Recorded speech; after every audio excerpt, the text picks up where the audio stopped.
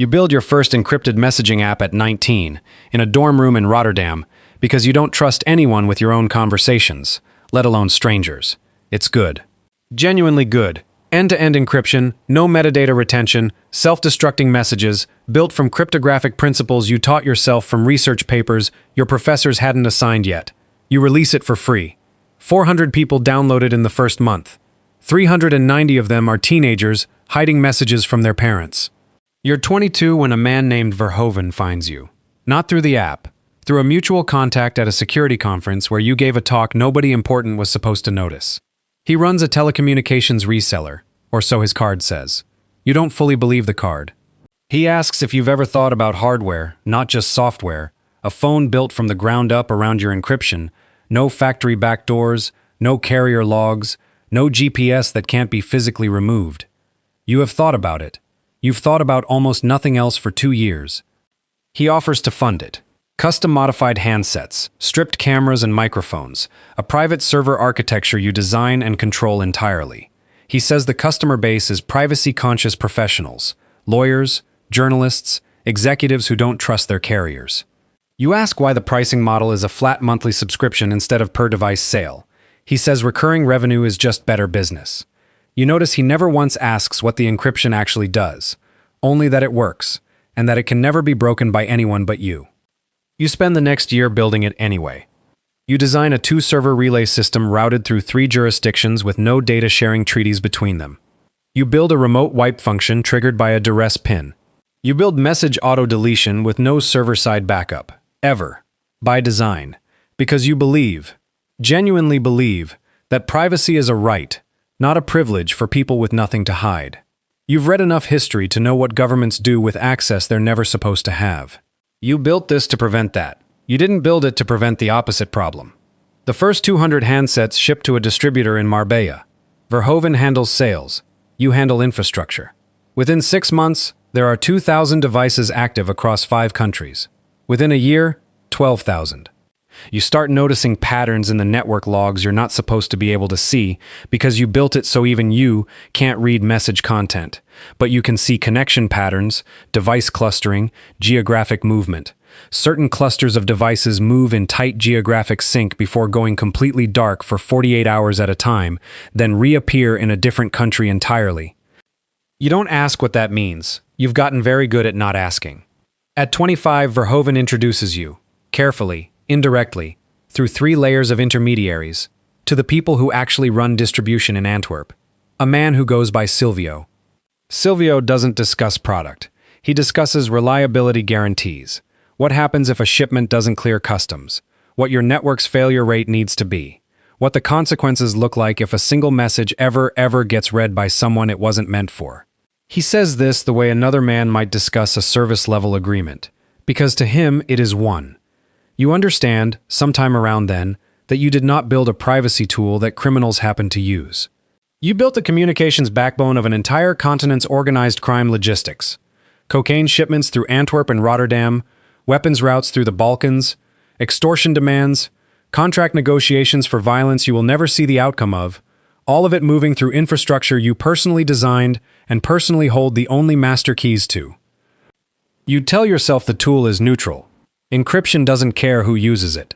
You've told yourself that so many times it stopped sounding like a defense and started sounding like a prayer.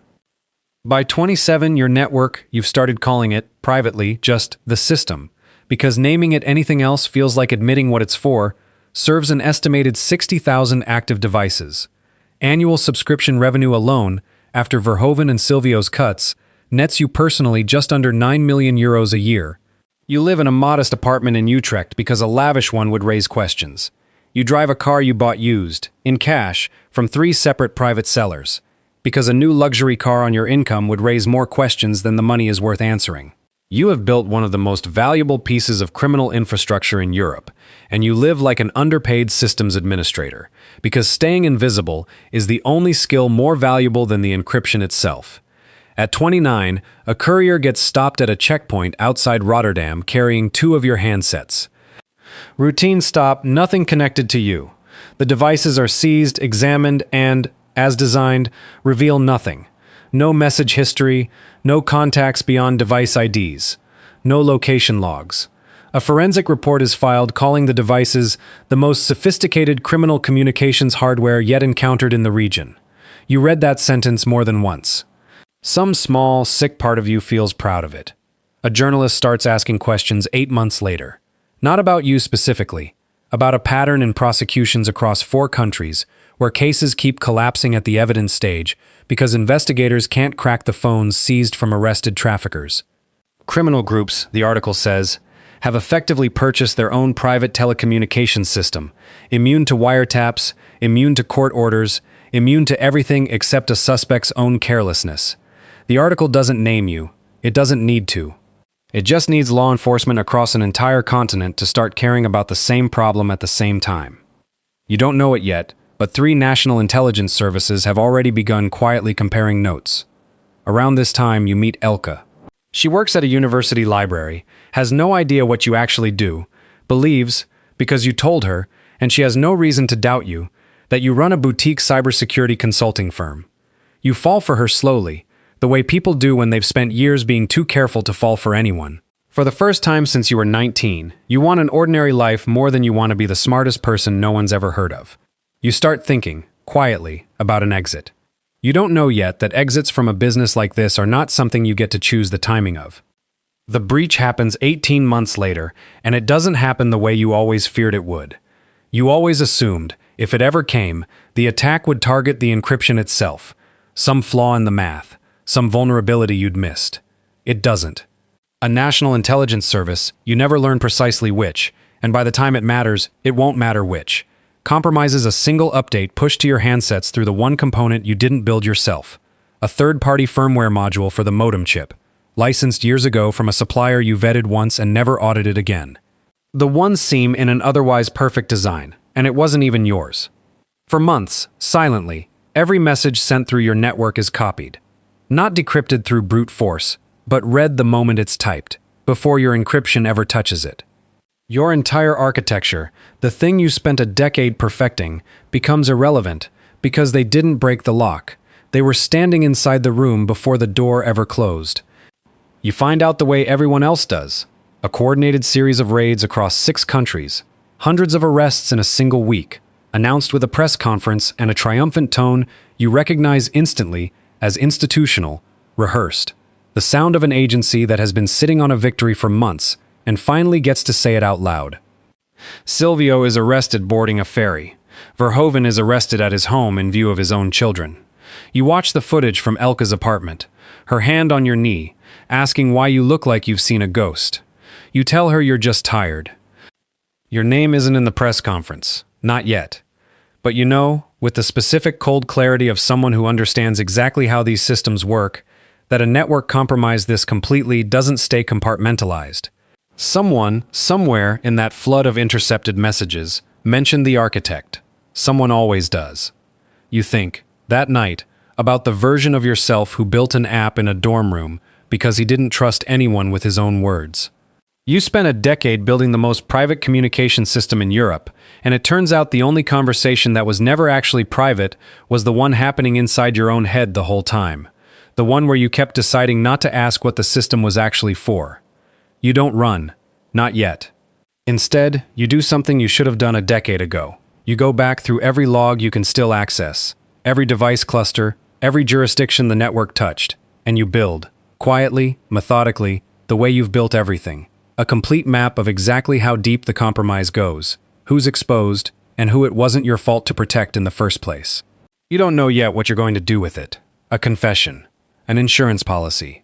Maybe both, maybe neither. Elke asks you, 3 nights later, if something's wrong. You almost tell her everything.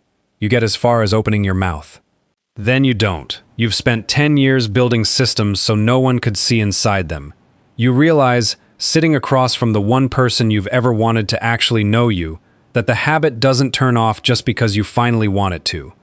2 weeks after the raids, an encrypted message arrives on a channel you thought no longer existed, one of your own, routed through a relay you personally decommissioned 11 months ago, somehow still live. It contains no threat.